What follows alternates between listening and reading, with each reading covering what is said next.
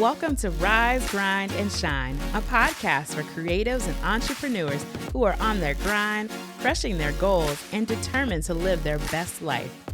This podcast is brought to you by The Creative Mill, and I'm your host, Chrissy Miller, founder and owner. In every episode, we're here to help you create space for your greatness to shine, inspire you to launch into action, and teach you how to grind toward your goals responsibly. So come on this journey with us as we rise, grind, and shine together. Let's jump into today's episode.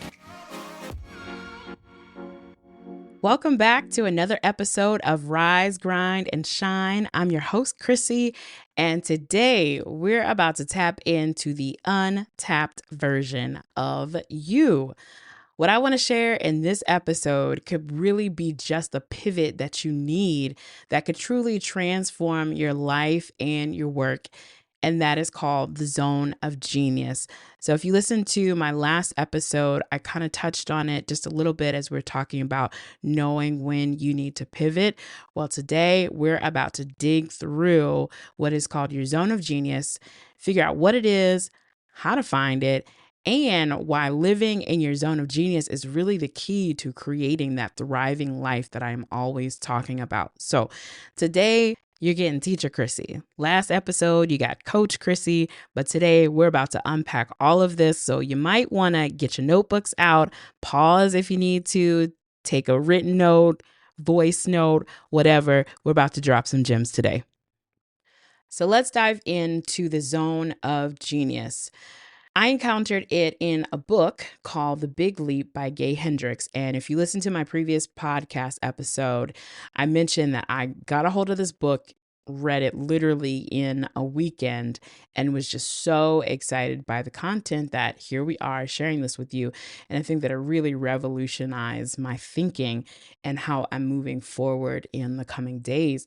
But essentially, your zone of genius is really the crosshairs of your talents, your skills, and what you're really passionate about. It's the place where you thrive effortlessly, where you completely lose track of time, and where you're in sync or in alignment with your purpose and you're impacting the people around you. So before we dive any deeper into zone of genius, I want to talk about and kind of unpack a couple of terms that could get confused with the concept of zone of genius, but they all kind of commingle together. So first of that is your skills. So skills are actually learned abilities or expertise in a specific area. That's something that you can develop and practice and train or get education on in those areas. Skills are not your zone of genius because they don't always align with what you actually want to be doing. So I can learn the skill of accounting, but Lord knows I hate it. So that's definitely not going to be my zone of genius, but it might be for somebody else who absolutely loves and comes alive with numbers. That's not my portion.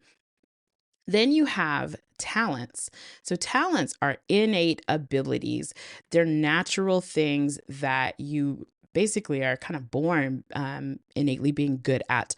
So unlike skills, they're not something that you just pick up and learn. However, you can have talents that you develop, and I certainly encourage you to develop over time to be even better at them.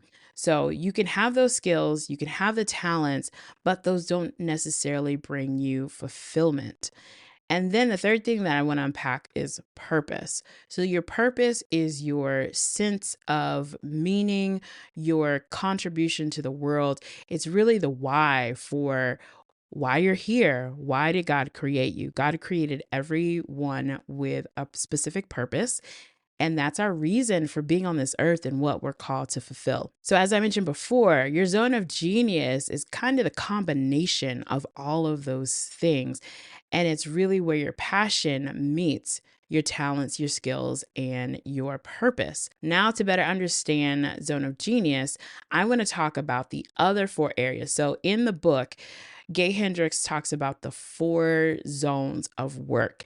The zone of genius is the most optimal where you want to be, but a lot of us end up in these other zones that I'm going to share about. So the first zone is the zone of incompetence. These are tasks and activities that you are not good at. You suck. They drain your energy because they're not in your skill set. You're just not good at them, nor are you even interested in them. Like I said, accounting would be that for me. Also, drawing. Despite how creative I am, I suck at drawing. I can do graphic design, but if you handed me a pencil or crayon or marker and said, draw something, honey, even my stick figure is gonna be crooked. It's not for me. That's my zone of incompetence. The next zone is the zone of competence. So these are things that you can do decently well, but there are definitely people that can do them better than you and more effectively. So you don't have to necessarily dislike these tasks, but they don't excite you, they don't energize you, and you honestly would rather not do them. And then you have the zone of excellence. This is where most of us are stuck. These are the tasks, these are the jobs and activities that you actually are really good at, highly skilled. People probably tell you how great you are. You probably make a lot of money doing them, or at least this is probably your job in life.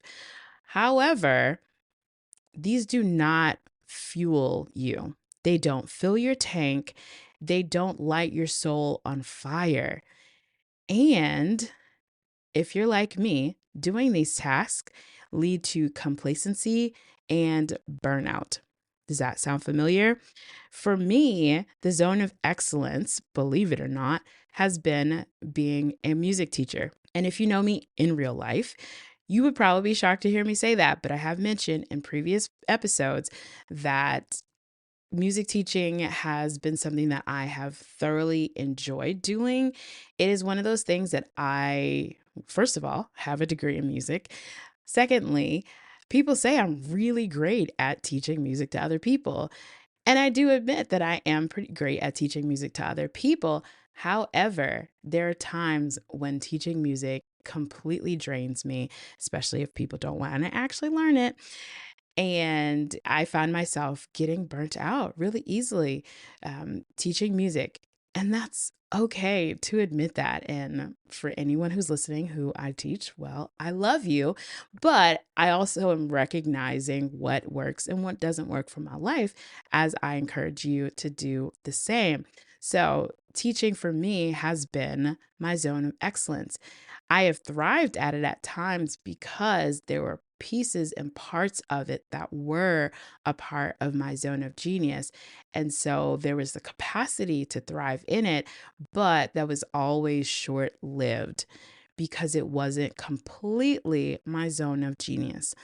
So we've got zone of incompetence, competence, excellence, and now let's unpack the zone of genius.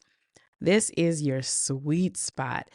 This is the skill or task or activity or job that you do that only you can do what you do when you do what you do.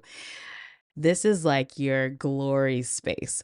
So it's the place where you leverage your unique abilities and it feels effortless and it gives you energy and you enjoy it and it fills your tank. This is where your true potential is realized. So you put together your skills and your talents and your abilities into this lovely cake batter, and out pops this incredible cake that is called a thriving life. This is what everybody should be striving for, but I feel like for the most part, we don't know that we're not there or that we should be looking for something more. It's so easy to get caught in our zone of excellence because we're super comfortable, we're making money, and things are okay and it feels safe. But I'm willing to bet that deep down inside, you're not truly happy. Something feels like it's missing, and you're always wondering, is there more? Friend, I'm here to tell you today that yes, there is more once we tap into our zone of genius. And why is it important to get there? Because that's where the money resides, friend. And we need to get there because when we're doing what we love to be doing, we will find a way to monetize that. Because at the end of the day, we all want to be fulfilled. And real talk, we all want the bag. So let's figure out how to get it. And Zone of Genius is how you're going to tap in. But let's acknowledge that it's not always that easy to find said zone of genius. And there are a couple of barriers that could be in the way of realizing what this is. Because honestly, if this is such a great thing, why isn't everybody living in their zone of genius? And it could be a little bit challenging. So I want to give you 3 things that could be limiting your ability to find this zone of genius. The first one is our social conditioning. So many of us are taught to focus on what we should be doing. So you might say, well, my passion really was music, but my parents said that I needed to be an accountant or a lawyer or a doctor because that's where I was going to make money. I mean, speaking as magician, they're kind of not wrong. However, once again, when you really tap into exactly what you're supposed to be doing, we find ways to monetize that. And in our new society of anything can make money, you can find a way to make money with music. But we get caught in this, well, I have to do this because this makes sense on a practical level, or right now I need to do whatever can generate money right now. And I totally get that. But for the longest time, we end up prioritizing stability over fulfillment, and we get to the end of our life feeling unfulfilled, not tapping into our full potential, not living out our purpose. The second thing is the fear of change. So, leaving behind all those other zones where you're comfortable in just being competent at what you do in life, or you're in your zone of excellence and super comfortable, we're afraid to make those pivots into what could be seemingly unsure, but we feel like we're not justified to find fulfillment. It's easy to get stuck in those other zones and feel like you don't deserve to be happy. And that really digs into something else that Gay Hendricks talks about in the book, which is our upper limiting beliefs, which that's a whole nother podcast episode, or we'll have to unpack that. But the third way that makes it difficult to find your zone of genius is just confusion about what it actually is. So it's easy to mistake something that you're really good at that seems to serve you as your zone of genius. But when you really dig in deeper, you realize that those things don't energize you and they don't fill your tank, as I was saying earlier. And you don't get that deeper sense of purpose, i.e., you get comfortable in your zone of excellence. But we coming out of there today, friends. So now it's time for you to put some work in. How in the world do we find this mythical zone of genius? Okay, it's not mythical. It really exists, but it is a journey. You're not going to take a 5-minute quiz on Facebook and discover your ultimate zone of genius. This is really a journey. And I can say for myself that I am still on this journey of refining my zone of genius. So you can find pieces and parts of it, and you're constantly refining what those things are, what tasks you like, what tasks you don't like, and really digging into the mechanics of you to find the zone. But here are a couple of steps to help you navigate this journey. The first one is one of self reflection. So I want you to ask yourself these 3 questions. If you need to pause and write these things down because it takes some deeper digging, by all means, pause. The first question is, what comes naturally to me that others find challenging? This ties into another book that I was reading a few years ago called The Unique Abilities. And this journey of finding your unique ability can become a little bit skewed because a lot of the things that we're actually really amazing at, we think are completely normal. And so we don't identify them as something that's really unique to us. But ask yourself, what do I naturally do that's actually really challenging to other people? The second question is, when do I feel most alive and engaged? What lights your fire, what gets you super excited to be able to do, and you can just do it without even paying attention to the time. And then, similar to that, the third question is, what activities leave me feeling energized and not drained? You can spend some time journaling about these things and mapping out and seeing the connections. The second way to find your zone of genius is to seek feedback from the people around you. Sometimes other people can see what you're great at better than you can. So ask your friends, your colleagues, or your mentors, people who are really around you, people who really see you working, serving, and at your best, and see what they think your unique strengths are. And then I want you to take a look at the patterns between what different people say. So don't just ask one or two people, ask more like five people. What do you think I'm really great at? And see what they say and see how that coincides with the things that you think that you are naturally gifted at. And then the third thing is to just experiment. Don't overthink this. Just try some different things that you've never done before. Try leaning into some activities that feel aligned with what you're passionate about. And I want you to pay attention to how it feels to do those. Does it feel effortless? Do you feel fulfilled? And listen, the more that you do this, the clearer your zone of genius is going to become because you'll realize, wow, that felt amazing to do that. And, in my journey of trying to find my zone of genius, I've pivoted and shifted through a lot of different things. Like I mentioned, doing music teaching, doing event production. I realized through all of that, some of the things that tie all of those pieces together are my love for empowering people to do what they're great at. That's kind of why I have this podcast, because I want to help other people discover their purpose, their zone of genius, what lights them on fire.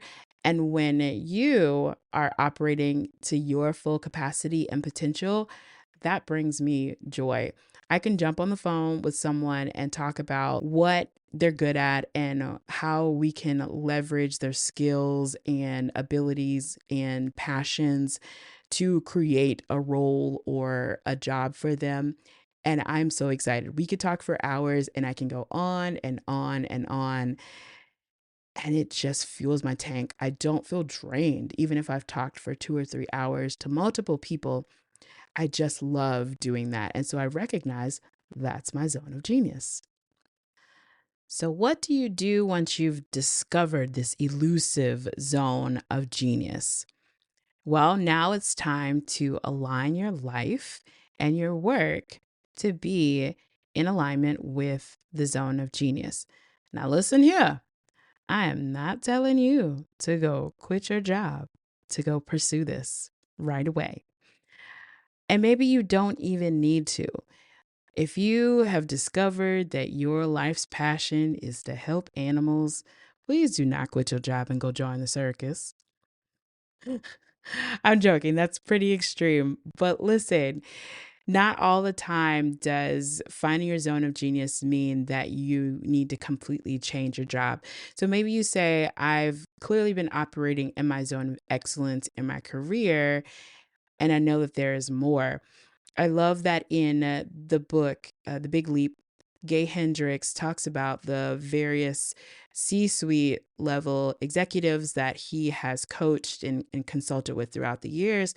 And none of them are trying to quit their jobs. But it was really important for them to pivot and to shift their life so that they were in their zone of genius right where they were already working.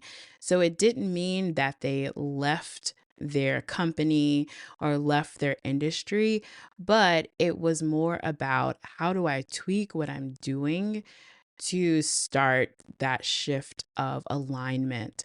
And here are some of the things that you can start to do to push yourself in the right direction. So, the first one is to prioritize genius work. That means that you start delegating or outsourcing tasks that fall outside of your zone of genius. Focus on what you are amazing at doing. So if you are not good, I keep coming back to accounting. If you are not good at accounting, find someone else to do that, especially for you entrepreneurs who are already in this space. I can tell you personally that there are some things, even though I love process and systems and procedures, there are some things that I don't particularly love doing or I don't want to take the time to do. So, over the past few months, I've been working with my hiring manager for Festival, and we have been putting together SOPs. That's standard operating procedures, if you don't know. That's not something that I really was passionate about getting done. I'm excited about the prospect of having those things in place, but I certainly didn't want to craft them myself. So I'm so glad to be able to bring in a person who does really enjoy doing that. And we've worked together to see this project through. Also, as much as I love giving opportunities to people in the form of jobs, I do not enjoy the hiring process. So I am so glad that once again, I have now a hiring manager who manages that entire process and have people on my team that conduct the interviews. And of course, I can't not do any of the interviews, especially for my leadership team. But it's important for me to get out of the way of things that I don't enjoy doing and I know are not in my zone of genius and let other people do what they do best. So, the great thing about being in your zone of genius is that everybody has one. And the direction that the Creative Mill is taking over the next season is that I want to assemble people who are all in their zone of genius, doing what they do best. And if you put all of those people together, you create quite the dream team of people. And can you just imagine the productivity, the excellence, the well done projects that you can put together when everybody is doing what they're really amazing at? Chef's kiss, people, the chef's kiss. So I want to encourage you, figure out what you don't want to do and find somebody else to do it. Even if that's in household tasks, find somebody else to do it. You don't like doing laundry, negotiate with your spouse about doing the laundry. The next thing you want to do is create boundaries. Reclaiming my time. Hello, people. You need to protect your time and your energy so you can spend more of it doing what you do best. If a person or a project drains you, figure out how to eliminate that. You don't have to be nasty about it. You don't have to go on a cutting everybody off rampage, but you have got to be protective and put boundaries in place so that you are spending most of your time and energy doing what you love to do and being able to pivot your life. So that might mean making time on side of what you're already doing to do what you love to do. And then finally, I want you to celebrate the small wins. Every time you make one step forward toward being in your zone of genius, it can have a huge impact because remember, part of being in your zone of genius is when your purpose collides with your potential and you are fulfilling what you were created to do. And when you're doing that, you can't help but impact the people around you. So every step that you make closer to that is a celebration because someone's life could be changed, someone's life could be impacted, and you need to celebrate that progress. Hope that makes sense to you guys. So before we go, I want to give you a couple last things to do as you are trying to determine the zone of genius. So here's your homework, basically. First of all, I want you to write down 5 activities that really energize you and totally make you lose track of time. Okay, I'm trying to help you find the zone of genius. Secondly, write down 5 things that people come to you for help with or advice for. So maybe they ask you to help them on particular administrative task, or hey, I'm having trouble with a song. You can help them write a song, something like that. Then I want you to look at the 2 lists and compare and see where there are any overlaps. These are definitely clues to your zone of genius. So we're going to tie that in with what we talked about earlier about finding your zone of genius.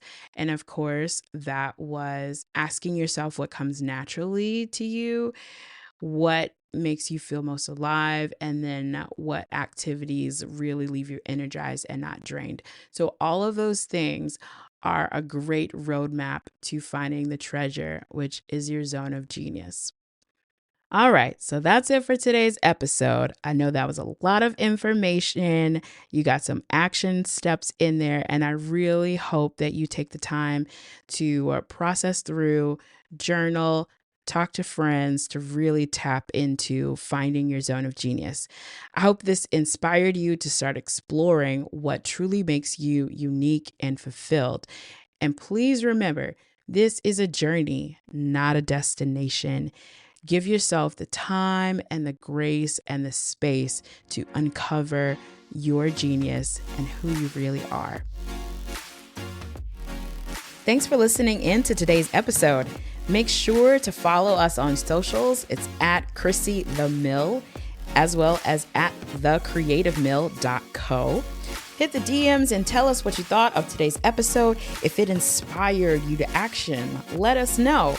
If you enjoyed today's episode, make sure to show your love by hitting the subscribe button. Turn those notifications on so you know exactly when the next episode is dropped. Most of all, you can show your support by sharing this podcast with your people, because your people are my people. And make sure that you leave a review on the podcast platform of your choice. Until next time, holla at your girl.